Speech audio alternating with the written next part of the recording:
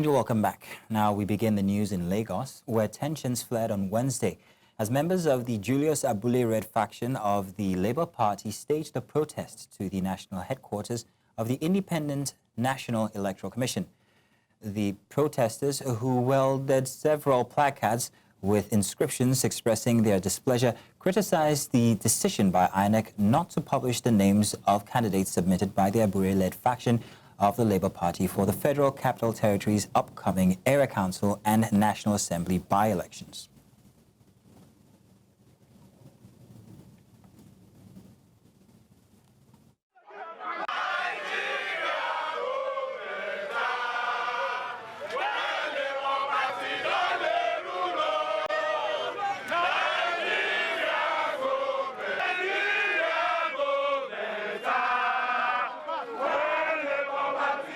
Mahmoud Yakubu, we have come to peacefully visit you to help you do your duty.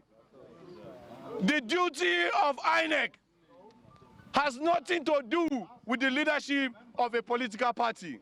Yes, so Labour Party conducted a primary election in FCT and the by-elections. And up till now, all names of other political parties have been uploaded into the INEC portal. But that of Labour Party is not seen. We have come here to ask the INEC chairman to save Nigeria from calamity. Yes, sir. We have come here to ask the INEC chairman to do the needful. Yes. We have come here to ask the INEC chairman to put the names of candidates of the Labour Party under the leadership of Barrister Julius Abure on the INEC portal. Now joining us is Todimu Ige, a lawyer who joins us from Lagos here. Mr. Todimu Ige, you're welcome. Thank you very much for joining us this afternoon. So let me fire off my first question. The law seems to be what's on trial here, even when it's not a normal court. So why is the Abure group the one whose candidates are being rejected? Sorry, please, will you take that again? I lost you at the point. I just said that it seems like it's the law that is on trial, and I'm asking why the Abure group is the one whose candidates are being rejected. Now, the position of the law is clear on what INEC is required to do when it comes to registration of candidates. The candidates, if they have complied with the provisions of the law of the Electoral Act of 2022, submitting their nominations and the required affidavit, it is the duty of INEC to recognize such candidates, screen them, and upload them accordingly. Now, INEC has failed to do that because they are relying on the decision of the Supreme Court of April 2025.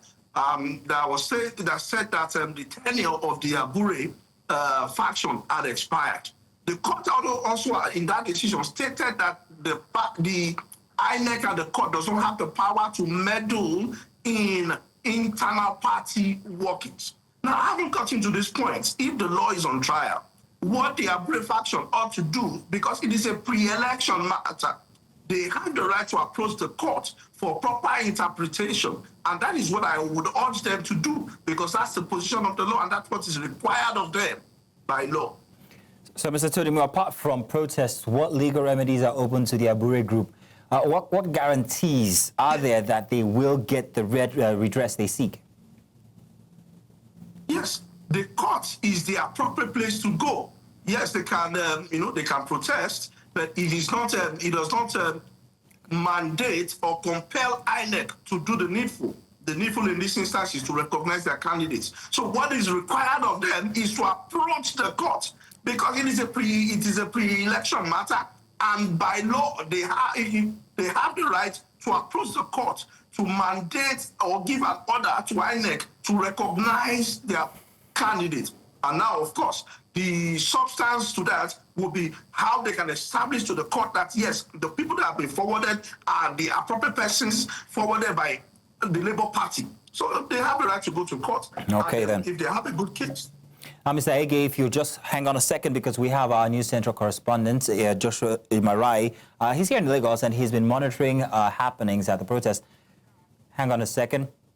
Now, let me correct that. He is actually in Abuja. Joshua Imarai, you're welcome. Thank you very much for joining us. Could you please give us the details of what's going on at the protest?